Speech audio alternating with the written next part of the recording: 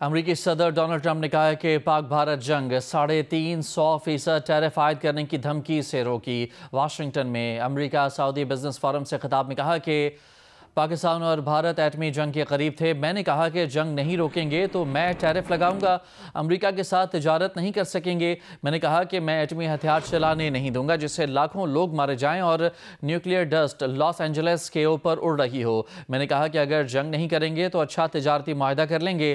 بھارتی وزیر اعظم نے فون کر کے کہا کہ وہ جنگ میں نہیں جا رہے۔ پاکستان کے وزیر اعظم نے کال کر کے میرا شکریہ ادا کیا۔ I was talking about the different wars, and look, India, Pakistan, they were going to go at it, nuclear weapons. I said, that's okay, you can go at it, but I'm putting a 350% tariff on each country, no more trade with the United States. No, you can't do that. I said, I'm going to do it. Come back to me, and I'll take it down, but I'm not going to have you guys shooting nuclear weapons at each other, killing millions of people, and having the nuclear dust floating over Los Angeles. I'm not going to do it. They said, we don't like that.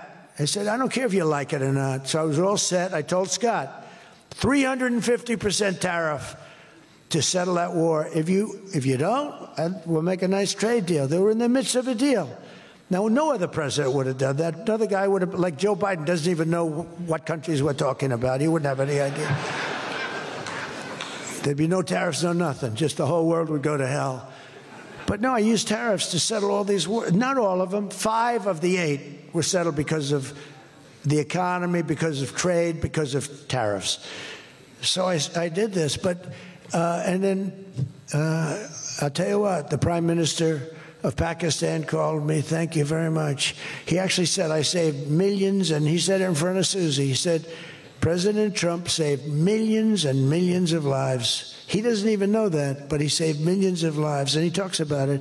And I got a call from Prime Minister Modi saying, we're done. I said, you're done with what? We're not going to go to war. I said, thank you very much. Let's make a deal. But I saved a lot of people, millions of people, on many other wars. امریکی کانگریس میں پیش کی گئی ایک report میں کہا گیا ہے کہ مئی 2025 کی پاک بھارت جنگ میں پاکستان نے فوجی برتری حاصل کی۔ 4 روزہ لڑائی کے دوران چینی ہتھیاروں کے ساتھ پاکستان کی کارکردگی نمایاں رہی۔ جنگ میں چین نے اپنے دفاعی نظام کو آزمایا۔ پہلی بار چین کے جدید ہتھیار HQ-9 missile defence system, PL-15 air to air missile اور J-10 لڑاکا طیارے براہ راست جنگ میں استعمال ہوئے۔ رپورٹ میں کہا گیا کہ پاکستان کا چینی ہتھیاروں کی مدد سے بھارت کے فرانسیسی رفال طیاروں کو نشانہ بنانا چینی اسلحے کی فروخت کے لیے ایک مؤثر دلیل بن گیا ہے۔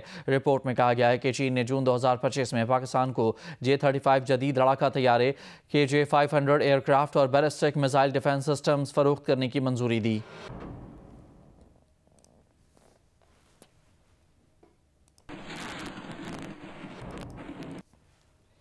پاکستان کے ارشد ندیم نے اسلامک سولیڈیریٹی گیمز کے جیولن تھرو مقابلے میں گولڈ میڈل جیت لیا۔ Olympic gold medallist Arshad Nadeem نے 83.5 میٹر کی تھرو پھینک کر طلائی تمغہ جیتا۔ پاکستان کے محمد یاسر سلطان نے 76.04 میٹر تھرو کے ساتھ سلور میڈل اپنے نام کیا۔ نائجیریا کے سیموئل ایڈمز تیسرے نمبر پر رہے۔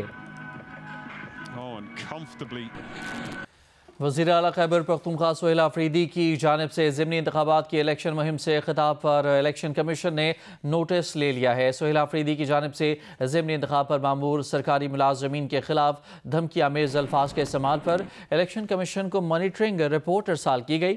اس پر الیکشن کمیشن کا اجلاس آج صبح 11:30 بجے طلب کر لیا گیا ہے۔ اجلاس میں سہیل آفریدی سے متعلق مناسب قانونی کارروائی پر غور کیا جائے گا۔ ترجمان وزیر اعلیٰ KP نے کہا کہ وزیر اعلیٰ کے بیان کو سیاق و سباق سے ہٹ کر پیش کیا جا رہا ہے۔ وزیر اعلیٰ کے بیان کو غلط رنگ دینا سیاسی پوائنٹ سکورنگ ہے۔ وزیر اعلیٰ نے کسی کو دھمکی نہیں دی، قانون کے نفاذ کی بات کی تھی۔ حکومت ہر قیمت پر شفاف اور غیر جانبدارانہ ضمنی انتخابات یقینی بنائے گی۔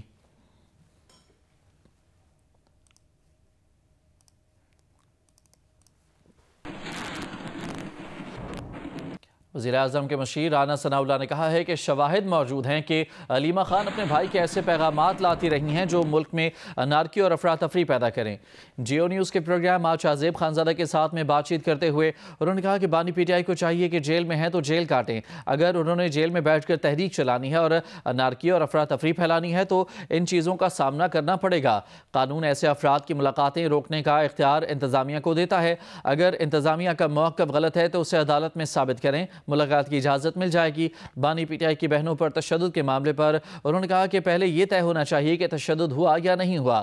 دھرنا دینا کسی کا اختیار نہیں، ایسے لوگوں کو اٹھانا انتظامیہ کا اختیار ہے، لیکن اچھے طریقے سے ہٹایا جانا چاہیے۔ اس میں تشدد کا پہلو نہیں ہونا چاہیے۔ خواتین پر تشدد کا کوئی دفاع نہیں کر سکتا۔ ایویڈنس جو ہے وہ موجود ہے کہ علیمہ خان صاحبہ جو ہے یہ عمران خان صاحب کی پیغام رسانی کرتی رہی ہے اور ایسے پیغامات لے کے آتی رہی ہے کہ جو ملک میں امن و امان کی صورتحال پیدا کرے اور ملک میں انارکی اور افراتفری پیدا کرے۔ ایسا تو پھر نہیں ہونے دیا جائے گا۔ ملاقات نہیں روکی جا سکتی، لیکن یہ اجازت بھی نہیں دی جا سکتی کہ وہ ملاقات کے ذریعے سے ملک میں کوئی تحریک چلائے، ملک میں جو ہے وہ انارکی پھیلائے، ملک میں افراتفری پھیلانے کے جو ہے وہ اقدامات کرے۔ اور ایسے پیغامات اگر کوئی فرد لے کے آتا ہے، ایسے افراد کی ملاقاتیں، قانون جو ہے وہ ان کو روکنے کی ایڈمنسٹریشن کو یہ اختیار دیتا ہے۔ تو اگر یہ الزام ہے ایڈمنسٹریشن کا اور اس وجہ سے ملاقاتیں روکی گئی ہیں تو اس کو یہ عدالت میں کنٹیسٹ کریں۔ پولیس کی جانب سے ان کی بہنوں پر تشدد کیا گیا اور وہاں پر ان کی ایک بہن گر گئی، کس طرح سے دفاع کرے گی حکومت اس کا، رانا ثناء اللہ صاحب؟ خواتین پہ تشدد جو ہے یہ بالکل اس کا کوئی دفاع نہیں کر سکتا۔ ایسا عمل جو ہے وہ بالکل نہیں ہونا چاہیے، اور جو لوگ وہاں موقع پہ اس کارروائی کے لیے موجود تھے ان سے بات پوچھ ہونی چاہیے اور ان کا موقف بھی لیا جانا چاہیے۔ اگر انہوں نے یہ صورتحال پیدا کی تو اسے کسی مناسب طریقے سے جس میں تشدد کا پہلو بالکل نہ ہو اس طریقے سے ریزالو کیا جانا چاہیے تھا۔ یہ معاملہ جو ہے یہ اسلام آباد ہائی کورٹ میں اس سے پہلے بھی جو ہے وہ کنٹیسٹ ہوتا رہا ہے، اسے وہاں پہ کنٹیسٹ ہونا چاہیے۔ اپوزیشن اتحاد تحریک تحفظ آئین پاکستان کے سربراہ محمود خان اشرقزئی نے میثاق آئین اور جمہوریت پر دستخط کرنے کی پیشکش کر دی ہے۔ انہوں نے کہا کہ اگر تمام جماعتوں کے سربراہ اتفاق کر لیں تو بانی پی ٹی آئی سے اس میثاق پر دستخط کروانا ان کی ذمہ داری ہوگی۔ حیدر شرازی کی رپورٹ۔ جائیں پاکستان کی پارٹیوں سے ملیں، 5 باتوں پہ ان سے وعدہ لے لیں، پاکستان کی سیاسی پارٹیوں سے اس پہ دستخط کروائیں۔ تحریک تحفظ آئین پاکستان کی قیادت بانی پی ٹی آئی کی بہنوں سے یکجہتی کے اظہار کے لیے بنی گالہ پہنچی۔ محمود خان اچکزئی کا کہنا تھا وہ میثاق آئین اور جمہوریت کے لیے بانی پی ٹی آئی سے متعلق گارنٹی دینے کو تیار ہیں۔ علیمہ خان نے بھی محمود خان اچکزئی کے موقف کی تصدیق کی۔ کاکا چاچا ہوں، جو کہہ رہا ہوں کانفیڈنس سے کہہ رہا ہوں، یہ اس کی بہنیں ہیں۔ علیمہ خان اور نورین خان نے بانی پی ٹی آئی سے ملاقات میں رکاوٹوں کا معاملہ اٹھایا۔ نہ ان کا ساتھ چھوڑیں گے، ہم اڈیالہ پھر جائیں گے منگل کو، ہم ساری رات اب بیٹھیں گے۔ اگر انہوں نے ہمیں نہ ملاقات کرنے دی، ہمیں یہ مار پیٹ کے دوبارہ اٹھائیں، ہمیں نہیں فرق پڑتا۔ اپوزیشن قیادت کا کہنا تھا کہ 26ویں اور 27ویں آئینی ترمیم کے خاتمے اور سیاسی قیدیوں کی رہائی تک جدوجہد جاری رہے گی۔ کیمرامین ساجد طارق کے ساتھ حیدر شرازی، جیو نیوز، اسلام آباد۔ آگے بڑھتے ہیں۔ شدید دھند کی وجہ سے پشاور ٹول پلازا سے چرچ انٹرچینج تک بند کر دی گئی ہے۔ موٹر وے M1 کو اب کھول دیا گیا ہے۔ لاہور سمیت پنجاب کے مختلف علاقوں میں فضائی آلودگی کی شدت میں نسبتاً کمی آئی ہے۔ دھند کی وجہ سے پشاور ٹول پلازا سے چرچ انٹرچینج تک بند کی گئی موٹر وے M1 اب کھول دی گئی ہے۔ عالمی ماحولیاتی ویب سائٹ کے مطابق اب سے کچھ دیر پہلے بہاولپور میں پارٹیکولیٹ میٹر کی تعداد 386، گجرانوالہ میں 328، فیصل آباد میں 265 اور لاہور میں پارٹیکولیٹ میٹر کی تعداد 215 ریکارڈ کی گئی۔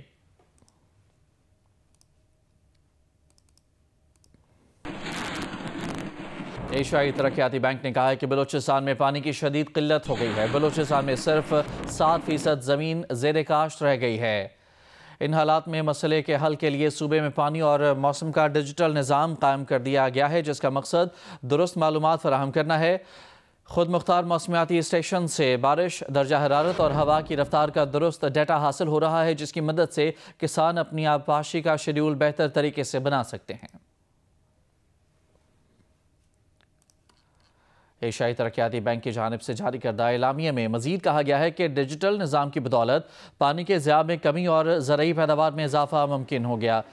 بلوچستان اب سیلاب اور خشک سالی کی خدشات کی بروقت پیش گوئی کر سکتا ہے۔ حکومت کو پانی کی منصفانہ تقسیم اور بہتر انتظام کے لیے قابل اعتماد معلومات مل رہی ہیں۔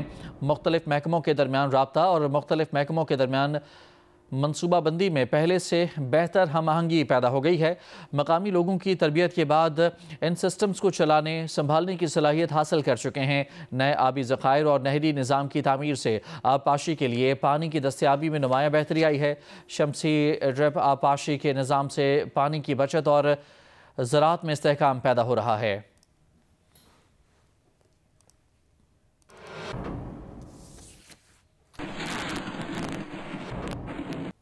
وزیراعظم شہباز شریف نے کہا ہے کہ ہر تیسرے سال موسمیاتی تبدیلی کے مضر اثرات پر جی ڈی پی کا خاطر خواہ حصہ خرچ ہو جاتا ہے۔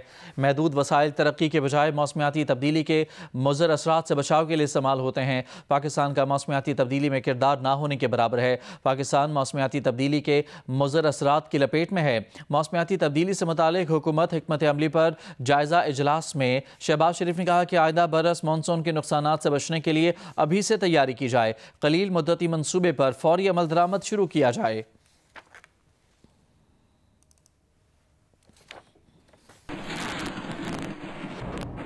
وزیراعظم شہباز شریف کو وفاقی وزیر مصدق ملک نے بریفنگ دی ہے کہ آئندہ سال ملک میں مانسون زیادہ شدت کے ساتھ آئے گا، جو رواں سال کے مقابلے میں 50% تک زیادہ ہو سکتا ہے۔ اس لیے اس کی تیاری پہلے سے ضروری ہے۔ وفاقی وزیر مصدق ملک نے وزیراعظم کی زیر صدارت اجلاس کے بعد میڈیا سے گفتگو میں بتایا کہ آئندہ شدید مانسون سے نمٹنے کے بڑے فیصلے کیے گئے ہیں۔ وزیراعظم نے ہدایت کی کہ سیلاب سے بند فلڈ گیٹس اور دیگر کو جو نقصان ہوا ہے اس کو فوری 200 دن میں ٹھیک کیا جائے۔ اب تحصیل اور ڈسٹرکٹ کی سطح پر اے سی اور ڈی سی کے لیول پر سکرین لگے گی۔ گھنٹیاں اب اے سی اور ڈی سی کے دفتر میں پہلے بجیں گی، پھر اسلام آباد میں۔ وزیراعظم نے حکم دیا ہے کہ عارضی اسکول سسٹم قائم کیے جائیں۔ موبائل طبی امداد دینے کے لیے چلتا پھرتا ٹراما سینٹر ہوگا۔ ریزیلینٹ تعمیرات بھی ہوں گی۔ اس سب کی قیادت وزیراعظم خود کریں گے۔